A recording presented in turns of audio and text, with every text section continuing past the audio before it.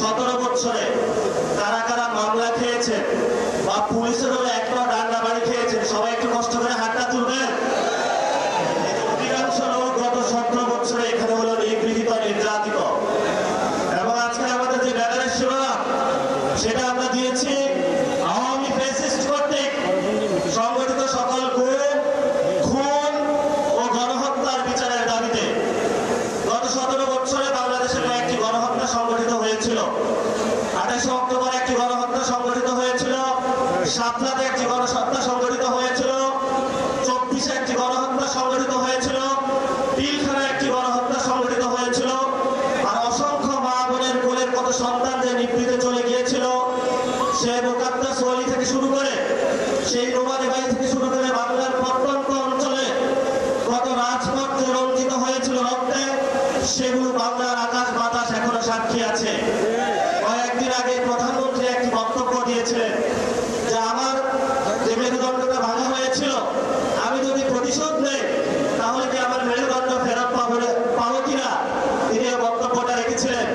আমি সবিনয়ে মাননীয় প্রধানমন্ত্রীর কাছে জানাতে চাই, এই যে এখানে এতগুলো মানুষ উপস্থিত হয়েছে, যাদেরকে অন্ধকার প্রকোষ্ঠে রাখা হয়েছিল, যাদের বাপকে হলো থানায়, জেলায়, পুরো বাংলাদেশের বিভিন্ন কারাগারে পুরানো হয়েছিল, এই মানুষগুলো প্রতিশোধ চায় না, কিন্তু আমরা বিচারে বিশ্বাসী। আমরা বাংলাদেশে বিচার চাই। যদি বিএনপি সরকার বাংলাদেশে আমাদের এই মজলুম মানুষের বিচার করতে সক্ষম না হয়, ইনশাআল্লাহ 11 দলীয় জোট আগামী নির্বাচনে ক্ষমতায় গিয়ে আওয়ামী ফ্যাসিস্ট আমলে সকল খুন, নির্যাতন এবং জুলুমের বিচার বাংলার মাটিতে করবে ইনশাআল্লাহ। বিচারের দাবিতে আমরা মাঠে ছিলাম, আছি, ভবিষ্যতে থাকবো। বিচার নিয়ে আমরা কোনো এক সেকেন্ডও কোনো কম্প্রোমাইজ করবো না।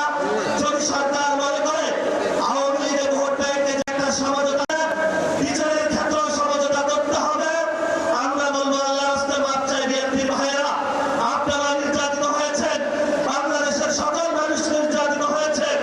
নির্যাতিত যারা মজলুম আছে, মজলুমদের পক্ষে আল্লাহ আছে, এই মজলুমদের পক্ষে আমরা থাকবো ইনশাআল্লাহ। লাস্ট যে কথাটা, এই যে ইলেকশন হয়েছে, আমিরে জামাত বলেছেন যদি সেই ইলেকশনের রেজাল্টটা মেনে নেওয়া হতো তাহলে ভালো হতো। আমরা বাংলাদেশে একটা গৃহযুদ্ধ চাইনি বলে এই পর্যন্ত আমরা শান্তি এবং শৃঙ্খলার সাথে রয়েছি। নির্বাচন কমিশনে যে কমিশনারগণ নিয়োগ হয়েছিলেন, সেই প্রস্তাবনা আমাদের কাছে এসেছিল, বলছিল ভাগ বর্ণনা করে অমুক ব্যক্তিকে বসানো হবে। সেই সময় আল্লাহর সহায় থাকার কারণে এইসব গোপন সংলাপ আলোচনায় আমরা রাজি হইলেন। বিএনপির অনেক কমিশনার বসানো হয়েছে, বিভিন্ন বিভ্রান্ত আর্মি পার্সনকে সেখানে বসানো হয়েছে, তারা নির্বাচন হলে ইঞ্জিনিয়ারিং করেছে। আমরা আপনাদেরকে হুঁশিয়ার করে দিতে চাই, এই অনেক কমিশনারদের এক পা অলরেডি কবরে চলে গেছে।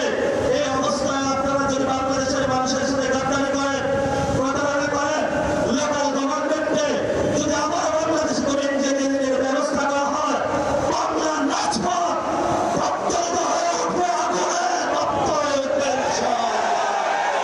আপনারা লোকাল গভর্নমেন্টে সবাই প্রস্তুত থাকবেন ইনশাআল্লাহ। হয়তো আমাদের রক্ত থাকবে, নয়তো বাংলাদেশে আজাদি থাকবে ইনশাআল্লাহ। আমরা ইনশাআল্লাহ 11 দলীয় জোটের যারা নেতৃবৃন্দ এখানে আছেন, তাদের নেতৃত্বে বাংলাদেশের মানুষের পক্ষ হয়ে একটি সুষ্ঠু গণতান্ত্রিক প্রক্রিয়ার মধ্য দিয়ে এগিয়ে যাব।